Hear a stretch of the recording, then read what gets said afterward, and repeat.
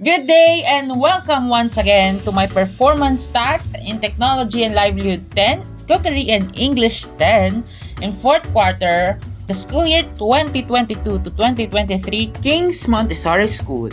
These are submitted to Sir Rene Caiña, TLE and Computer 10 teacher, Sir Mark Joseph M. Rodriguez, English 10 teacher, and Ma'am Rizal Jane C. Victor, Assistant English 10 teacher. Hello po. And I am Jacq Daniel M. Francisco from Grade 10 King Alfonso.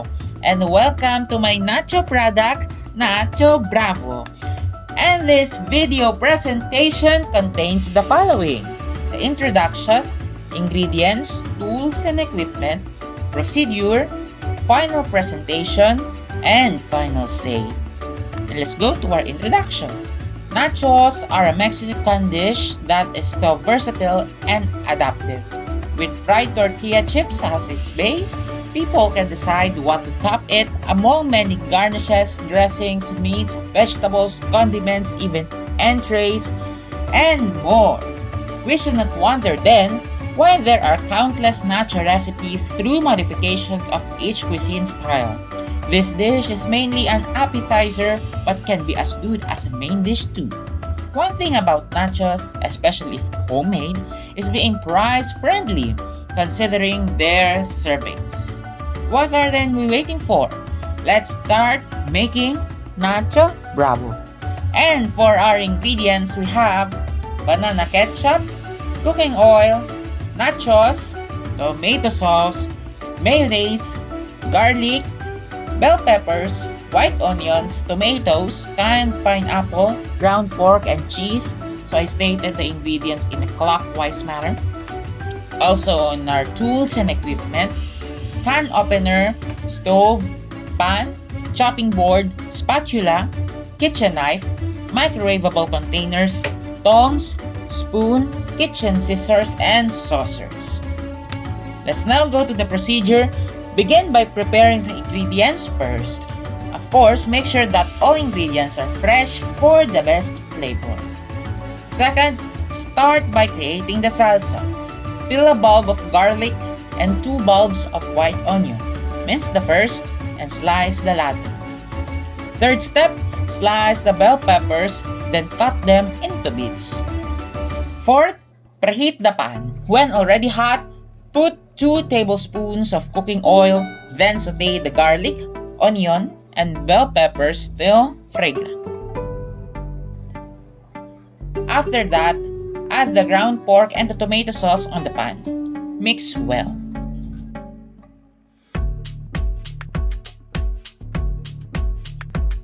Sixth, turn off the heat once cooked. You may opt to grate cheese above the salsa. Seventh, afterwards, prepare the ingredients for the plating. Cut tomatoes into bits and slice the white onions. Open the canned pineapple too. 8. Plate the ingredients, serve, and enjoy.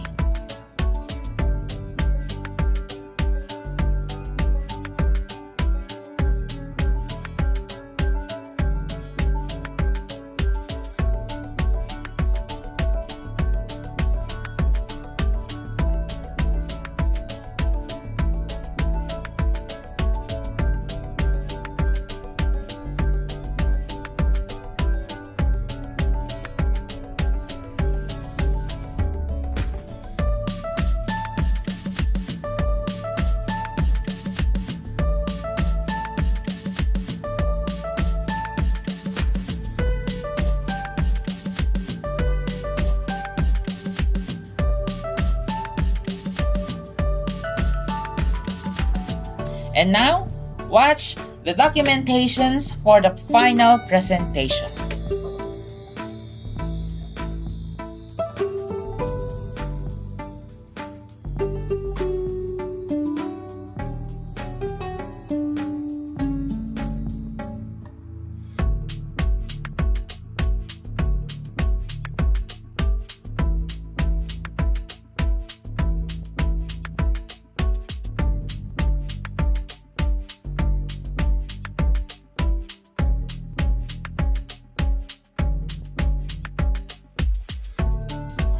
And for my final say, this nacho recipe is very delicious.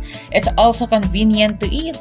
You can choose the proportion of each ingredient in every bite, and it's well organized. With the remaining ingredients after the initial packaging, it can serve 2 to 3 additional servings, such a budget-friendly meal. This dish is an excellent option for building a food business, as nachos are popular not only in the Philippines but throughout the world. Want to express my gratitude to our TLE teacher and my mom who helped me capture the video and enjoyed the nachos with me. Have a nice day, and remember, basta Nacho Bravo, masarap at sulit to!